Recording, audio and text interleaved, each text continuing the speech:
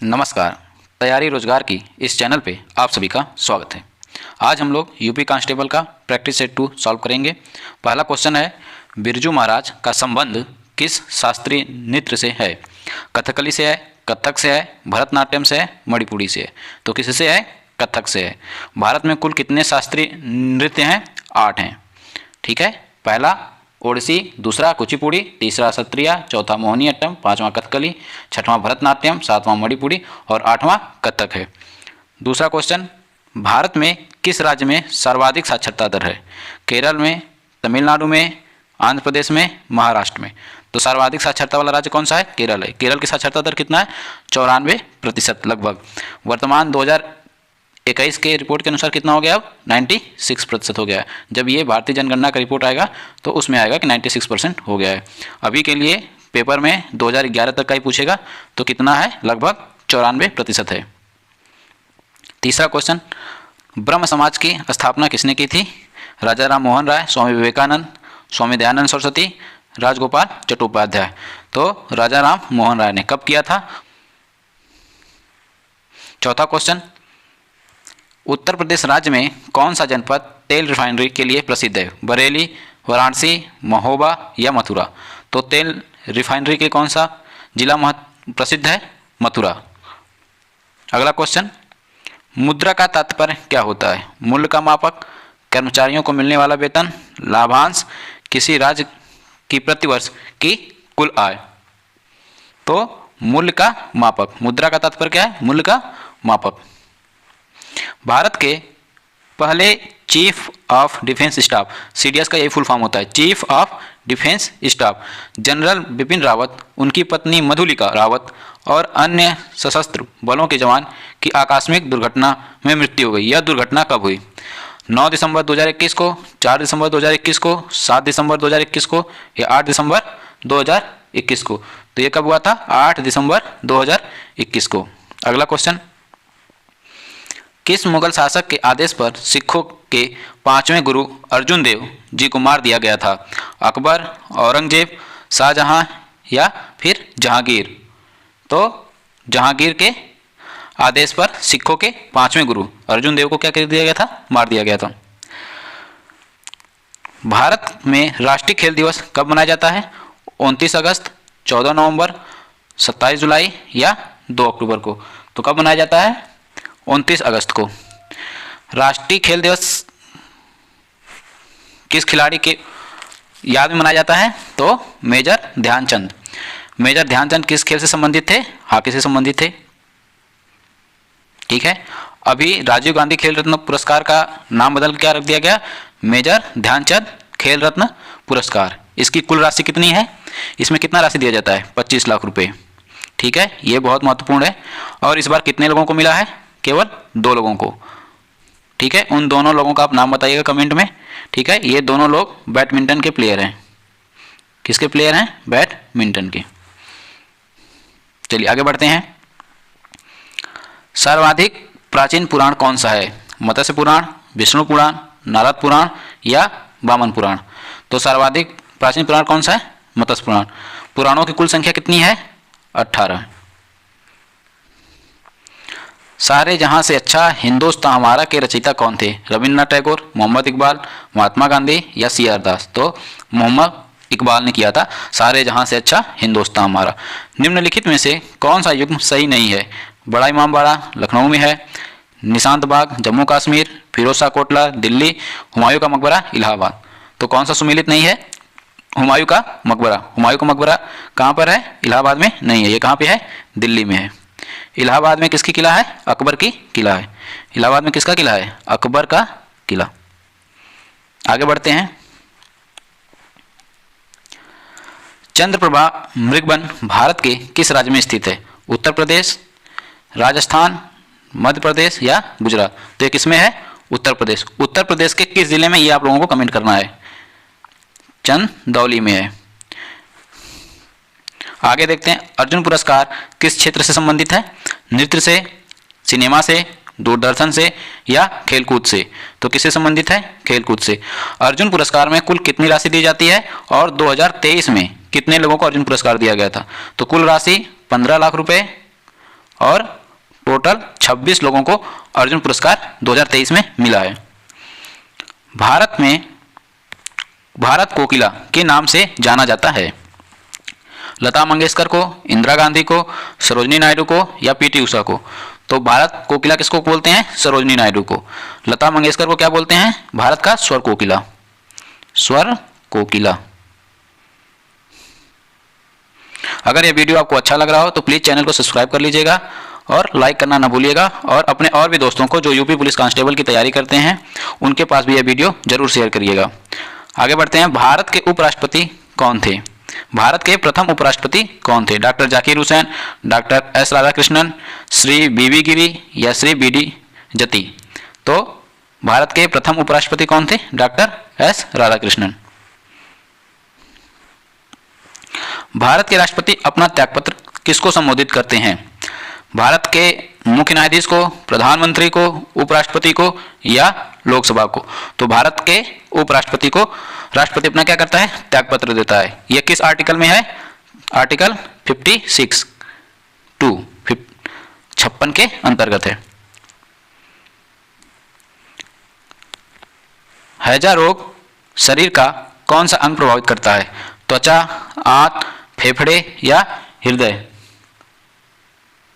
तो आंत। किसको प्रभावित करता है? आंत को करता है। 13 दिसंबर 2021 के अमेरिका की प्रतिष्ठित अंतर्राष्ट्रीय पत्रिका टाइम्स के द्वारा किसको पर्सन ऑफ द ईयर 2021 नामित किया गया है? तो Barack Obama, Angelina Jolie, Jeff Bezos या एलन मस्क को? तो किसको किया गया है? एलन मस्क को 2021 का। आप लोगों को 2023 में पर्सन ऑफ द ईयर किसको मिला यह कमेंट करके बताना है। आगे बढ़ते हैं। मलेरिया की दवा कुकेन किस वृक्ष से प्राप्त किया जाता है? सिनकोना, बरगद, नीम या यूकोलिप्टस? तो किससे प्राप्त होता है? सिनकोना से होता है। भारत का सिलिकॉन वैली कहाँ स्थित है? तो चेन्नई, बेंगलुरु, नोएडा या मोहाली में? कहाँ स्थित है? बेंगलुरु में स्थित है। यह भारत में जितने भी आईटी कंपनी हैं उनमें लगभग 30% की भागीदारी सुनिश्चित करता है, मतलब 30% तक पहुंचाता है अपना उत्पादन। 12 दिसंबर 2021 को विश्व के पहले गैर सरकारी उपग्रह के प्रक्षेपण के 60 वर्ष पूरे हो गए। इस उपग्रह को निम्न में से किस नाम से जानते हैं? आस्कर 1, निसार उपग्रह, लैंडसेट 9, इनमें से कोई नहीं। तो इसे आस्कर 1 के नाम से। यह कब प्रक्षेपित किया गया था? 1961 में। गोबर गैस में मुख्यतः कौन सी गैस होती है? मीथेन होती है, क्लोरीन होती है, हीलियम होती है कि नाइट्रोजन? तो कौन सी होती है? मीथेन होती है। राज्यसभा सदस्य के लिए न्यूनतम आयु कितनी होती है? 25 वर्ष, 30 वर्ष, 31 वर्ष या 35 वर्ष? तो न्यूनतम आयु 30 वर्ष होनी चाहिए।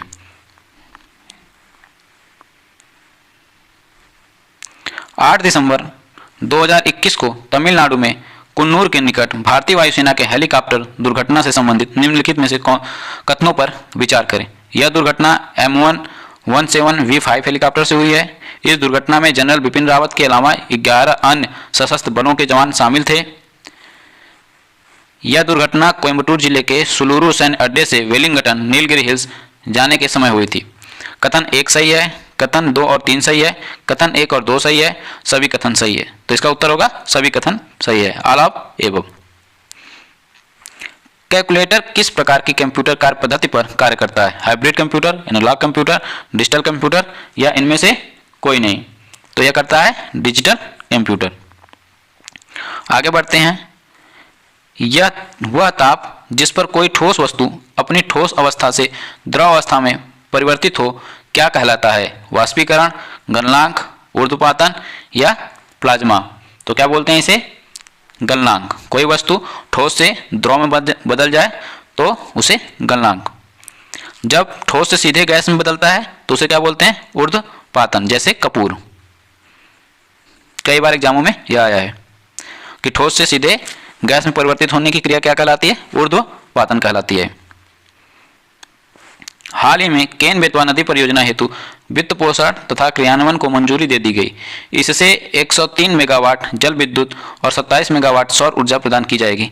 इस परियोजना में कौन सा क्षेत्र लाभान्वित होगा? बुंदेलखंड, बघेलखंड, रोहेलखंड, इनमें से कोई नहीं। तो कौन सा? बुंदेलखंड। केन बेतवा लिंक किन दो राज्यों के मध्य समझौता है? यूपी और एमपी।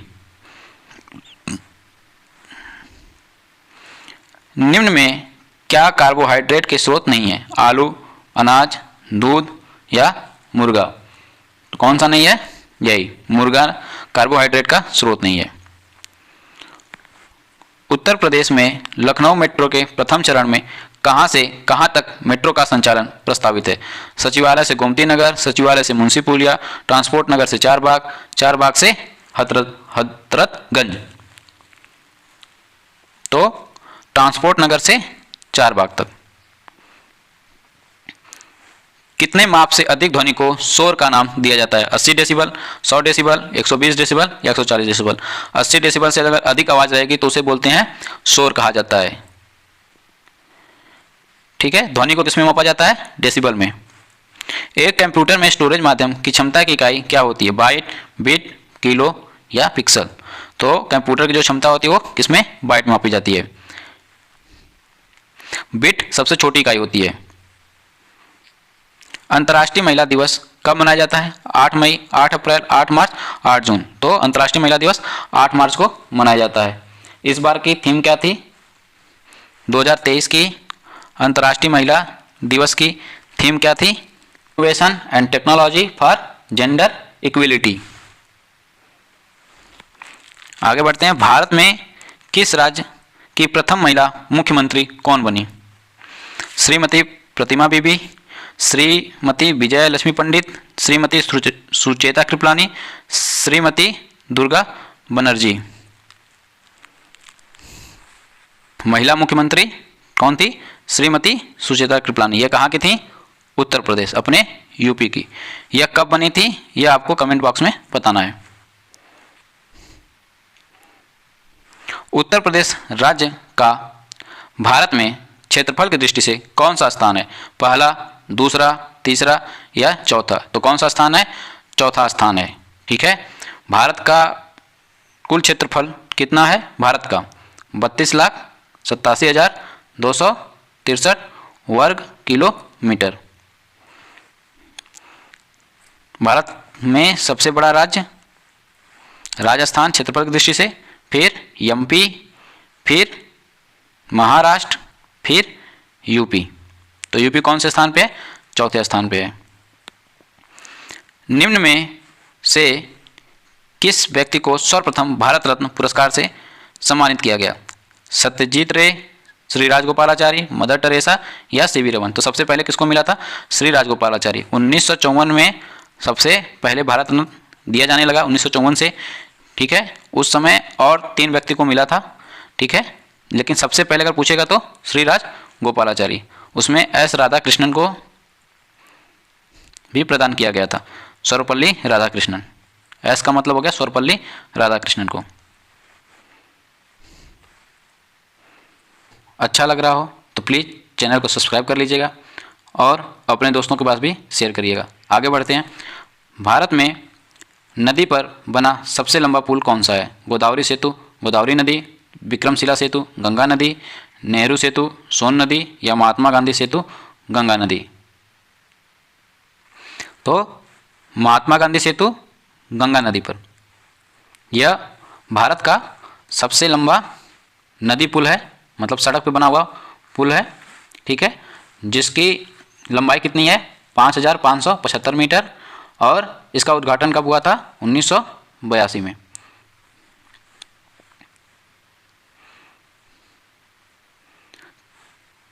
किस क्षेत्र की औसत जलवायु को जानने के लिए निम्न में किसका योगदान नहीं होता है? वर्षा का, वायु की गति का, वृक्षों की संख्या का या आर्द्रता का? तो किसका नहीं होता है? वृक्षों की संख्या का। उत्तर प्रदेश वन निगम कब स्थापित किया गया है? 25 नवंबर 1974, 25 नवंबर 1975, 25 नवंबर 1976, 25 नवंबर 1977। तो उत्तर प्रदेश वन निगम को 25 नवंबर 1974 में स्थापित किया गया था। अगर यह वीडियो आप लोगों को अच्छा लगा हो तो प्लीज़ चैनल को सब्सक्राइब कर लीजिए। वीडियो पूरा देखने के लिए आपका बहुत बहुत धन्यवाद।